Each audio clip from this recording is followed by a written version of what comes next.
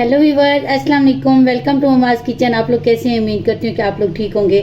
आज जो मैं आप लोग की रेसिपी लेकर आई हूँ वो है मरुंडा। और मरुंडा आज मैं आप लोग को बताऊंगी कि घर में कैसे तैयार किया जाता है, क्योंकि सर्दियाँ आ चुकी हैं और बच्चे और बड़े सबको पसंद होता है।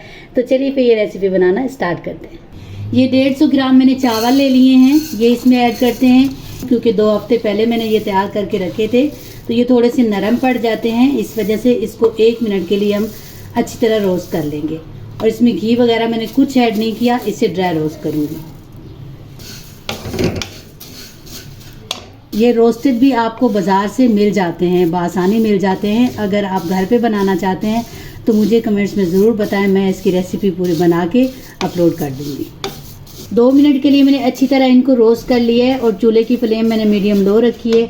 अभी आपको दिखा देती हूँ कि ये देखें, ये बिल्कुल कड़क हो चुके हैं। अभी मैं इसको उतार लेती हूँ। कढ़ाई हमने दोबारा चूल्हे पे चढ़ा दी है और ये 450 ग्राम हमने गुड़ ले लिया है, इसको थोड़ा सा तोड़ लिया है।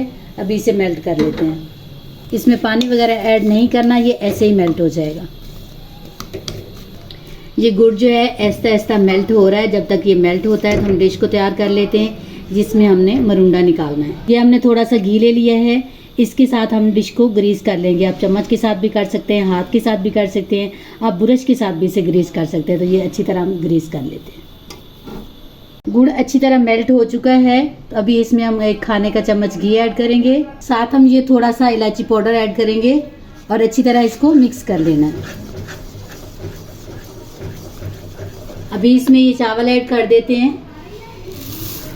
क्योंकि हमने इसमें पानी वगैरह ऐड नहीं किया तो कोई चाशनी बनाने की ज़रूरत नहीं है।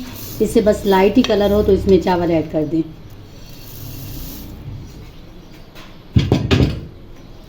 इसे अच्छी तरह मिक्स कर लेना है। ये देखिए अच्छी तरह मैंने मिक्स कर लिया है इसे। और याद रखिएगा कि चूल्हे की फ्लेम मीडियम लो रखनी है, हाई बिल्कुल नहीं करनी है। और ऐसा ऐसा हमारा गुड़ जो है वो भी तैयार हो चुका है और अभी पूरा मरुंडा हमारा तैयार हो चुका है। अभी डिश में निकाल लेते हैं। ये देखिए डिश में अच्छी तरह मैंने फैला दिया है। अभी इसे किसी भी कप ले लें, कोई गिलास ले लें। ये देखिए ये गिलास ले लिया, इसके साथ मैं इस तरह प्रेस कर दूंगी। आप अगर मोटी लेयर बनाना चाहते हैं तो आप छोटा बर्तन लें, उसमें फैला दें तो आप इसकी लेयर जो है मरुंडे की वो मोटी आएगी। ये मरुंडा मैंने डिश में डाल लिया है और इस गिलास के साथ मैंने अच्छी तरह इसे प्रेस कर लिया है, क्योंकि गरम गरम ये करना पड़ता है काम। तो अगर आप हाथ से करेंगे तो आपके हाथ जल जाएंगे, इस वजह से हाथ भी बचाएं और मरुंडा भी बनाएं। तो ये देखिए मरुंडा तैयार हो चुका है, तो अभी मैं इसे कट कर लेती हूँ।